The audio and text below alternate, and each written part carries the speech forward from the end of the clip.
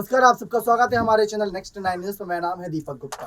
महाराष्ट्र से जुड़ी लगभग तमाम खबरें आप सभी तक पहुंचाई जा रही है, लेकिन लगातार चर्चाएं इस बात की हो रही है कि महाराष्ट्र में शिंदे की सरकार गिराने को लेकर शरद पवार, आदित्य ठाकरे, संजय राउत, यहां तक कि ये भी शामिल थे, ये सब बातें कर रहे थे शिंदे सरकार गिराने को लेकर महाराष्ट्र में। बीएमसी चुनाव भी नजदीक आ गए और पहला कैबिनेट विस्तार बहुत शांतिपूर्ण ढंग तरीके से हुआ। दूसरा कैबिनेट विस्तार को लेकर अभी चर्चाएं इतनी खास नहीं हो रही। बीएमसी चुनाव सर पर है। इससे पहले अगर किसी विधायक को कैबिनेट में जगह नहीं दी गई तो वहां पर से वो विधायक कहीं बगावत करके खिलाफ न चला जाए, तो ये भी एक खतरा मंडरा रहा है। लेकिन अब खबरें जो सामने आ रही कि फडणवीस ने जानबूझकर बच्चू कडू जैसे बड़े नेताओं को शिंदे के साथ भेजा था ताकि वो शिवसेना में दरार डाल सके और एकनाथ शिंदे को इतना मजबूत आदमी बना दे, कितना मजबूत नेता के तौर पर सामने रखें कि वो कभी शिवसेना वापस जाने का विचार भी ना रखे। क्योंकि उद्धव की अगर बात करें अबरार, तो जिस तरीके से उद्धव ने जो बातें कही थी, लगभग उनकी हर एक शर्त को मंजूर कर लिया था कि हम एनसीपी से भी गठबंधन लगभग तोड़ने को तैयार हैं, कांग्रेस से भी अपना गठबंधन तोड़ देंगे और सीएम पद भी आपके नाम कर देंगे, बागी विधायकों को जो पद चाहिए लगभग उन पर भी चर्चा होगी। तो हर चीज के लिए झुकने को तैयार हो गए थे उद्धव ठाकरे। लेकिन अब जिस तरीके से शिंदे की सरकार गिरने को लेकर हमारा ये खास प्रोग्राम है, इसमें यहाँ पर एक वजह ये बनती है क्योंकि संजय राउत जेल से बाहर आए। उन्होंने कहा कि 103 दिन जेल की सलाखों के पीछे रहा तो अपने साथ 103 विधायक लेकर आऊंगा किसी भी तरीके से। और संजय राउत को आप जानते हैं, वैसे तो बहुत बड़बोलेपन के लिए जाने जाते हैं, लेकिन जेल से बाहर आए हैं, जेल के अंदर बैठकर 3 महीने उन्होंने रणनीति बनाई है, जरूर उसको एग्जीक्यूट करेंगे। तो आप इसको किस तरीके से देखते हैं कि महाराष्ट्र में शिंदे सरकार पर कितनी आंच आई हुई है?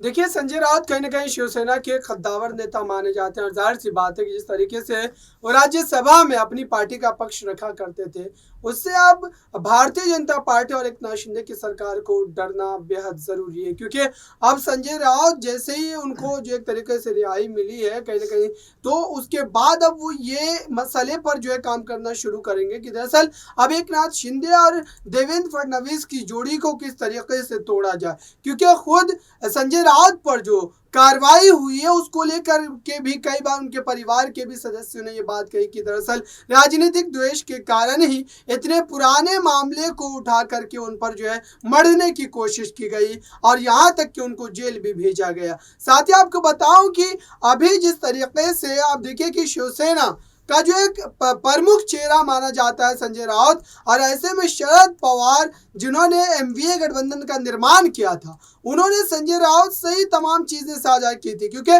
उद्धव ठाकरे उस तरीके से राजनीति में फैसला नहीं लेते हैं, संजय राउत ही पूरी तरीके से शिवसेना पार्टी को ऑपरेट करते नजर आते थे। और अब शरद पवार, संजय राउत दोनों मिलकर कोई ना कोई बड़ा खेल जरूर कर सकते हैं यहाँ पर एकनाथ शिंदे के खिलाफ, देवेंद्र फडणवीस के खिलाफ। ऐसे में बीजेपी की कोशिश यही होगी कि किसी भी तरीके से संजय राउत की उन तमाम रणनीतियों से लड़ने का जो फॉर्मूला है वो तैयार रखा जाए। सबसे बड़ी बात यहाँ पर उद्धव ठाकरे के पक्ष में ये जा रही है कि अभी जबकि बीएमसी चुनाव सर पर है और इससे आज कुछ दिनों पहले ही संजय राउत की रिहाई होना उनके लिए काफी ज्यादा फायदेमंद है। क्योंकि अब शिवसेना पार्टी को एक बेहतर रणनीति बनाने में काफी ज्यादा मदद मिल सकती है। सवाल बीच में आपने एक रिपोर्ट चैनल पर साझा करी थी और उसमें बताया था अब्दुल सत्तार के बारे में कि अब्दुल सत्तार कैसे फंसे हुए हैं, कैसे उनके इस्तीफे को लेकर खबरें आ रही हैं, जो सुप्रिया सूले पर उन्होंने तंज कसा था। और इस बीच भारतीय जनता पार्टी भी ये सब देख रही है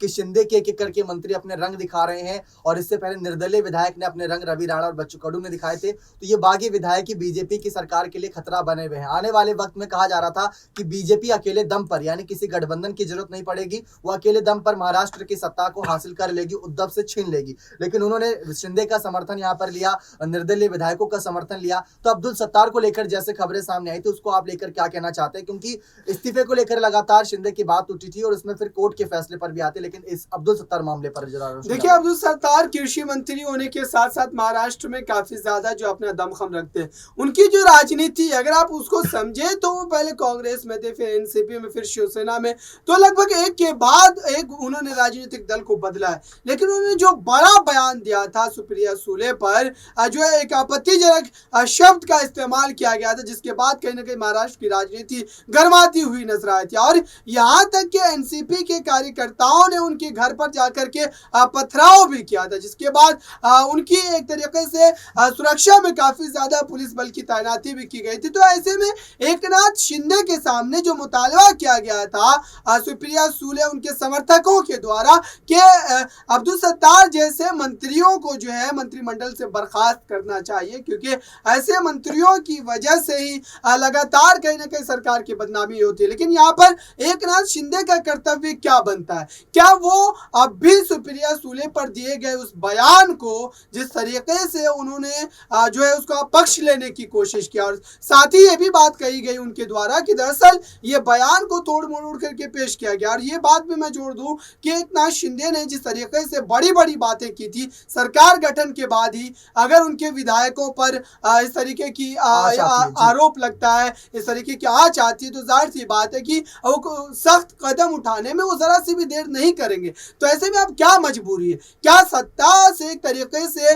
दूर जाने का गम उनको सता रहा है कि अगर वे मंत्रियों पर कार्रवाई होगी तो जाहिर सी बात है कि कहीं ना कहीं सरकार कमजोर होगी। और ऐसे में जो इस्तीफे की मांग लगातार की गई उस पर अभी भी विचार विमर्श करना बाकी एकनाथ शिंदे के द्वारा, क्योंकि मामला अभी तक ठंडा नहीं हुआ। लगातार जो एनसीपी के कार्यकर्ता सड़कों पर उतरकर प्रदर्शन और इस्तीफे की मांग लगातार कर रहे हैं। लेकिन यहाँ पर जिस तरीके से कहीं ना कहीं ऐसी खबरें रहती हैं कि सीएम पद से आज नहीं तो कल शिंदे की विदाई तय है, आज नहीं तो कल तय है। अब इस मसले को लेकर आप कैसे देखते हैं? क्योंकि शिंदे का सीएम पद इसलिए जोड़ा जाता है क्योंकि एक विधायक थे, फिर विधायकों ने चुनकर उन्हें मुख्यमंत्री पद पर लाए और फडणवीस का भी इसमें समर्थन था, लेकिन उनकी विधायकी ही खतरे में है। आज के समय में देखा जाए तो यहाँ पर बीजेपी का भी प्लान भी सामने आया था कि अगर इन विधायकों का इस्तीफा होता है तो कांग्रेस या फिर किसी और खेमे के विधायकों को जोड़ तोड़कर अपनी सरकार को बनाए रखेंगे। लेकिन विधायकों के इस्तीफे पर अगर खबर आती है तो, और याद रखिए जब 16 विधायकों की अयोग्यता के मामले को उद्धव ने आगे बढ़ाया था तब तक उद्धव ठाकरे महाराष्ट्र के मुख्यमंत्री थे और उन्होंने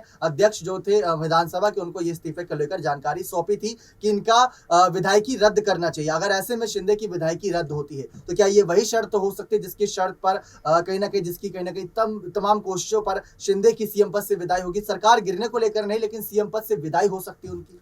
देखिए यहाँ पर एकनाथ शिंदे के लिए बड़ी मुश्किल ये है कि सीएम पद जो उनको मिला है उस तरीके से और उस हालात में मिला जब कहीं ना कहीं सियासत की एक मांग कह सकते हैं आप। भारतीय जनता पार्टी में सही समय पर सही फैसला लिया और एकनाथ शिंदे को मुख्यमंत्री बनाया। लेकिन बड़ा सवाल ये है अगर उनकी विधायकी नहीं भी जाती है तब भी वो मुख्यमंत्री नहीं बनाए जाएंगे और नहीं उस तरीके से उनको सम्मान दिया जाएगा। आने वाले जो महाराष्ट्र में विधानसभा चुनाव होंगे, क्या भारतीय जनता पार्टी देवेंद्र फडणवीस को एकनाथ शिंदे के पीछे रखेगी? क्या एकनाथ शिंदे के अंतर्गत देवेंद्र फडणवीस काम करेंगे? अभी भले ही वो डिप्टी सीएम के तौर पर यहाँ पर पदभार संभाले हुए, लेकिन विधानसभा चुनाव के समय चाहे लोकसभा चुनाव के समय एनडीए का चेहरा देवेंद्र फडणवीस को ही माना जाएगा। और साथ ही जहां तक उनकी विधायकी को लेकर के बात है तो ये बात तो तय है कि दरअसल अब जो चुनाव होंगे उसमें कहीं ना कहीं एकनाथ शिंदे के साथ गए हुए उन तमाम विधायकों को अपने सीट से हाथ धोना पड़ेगा, क्योंकि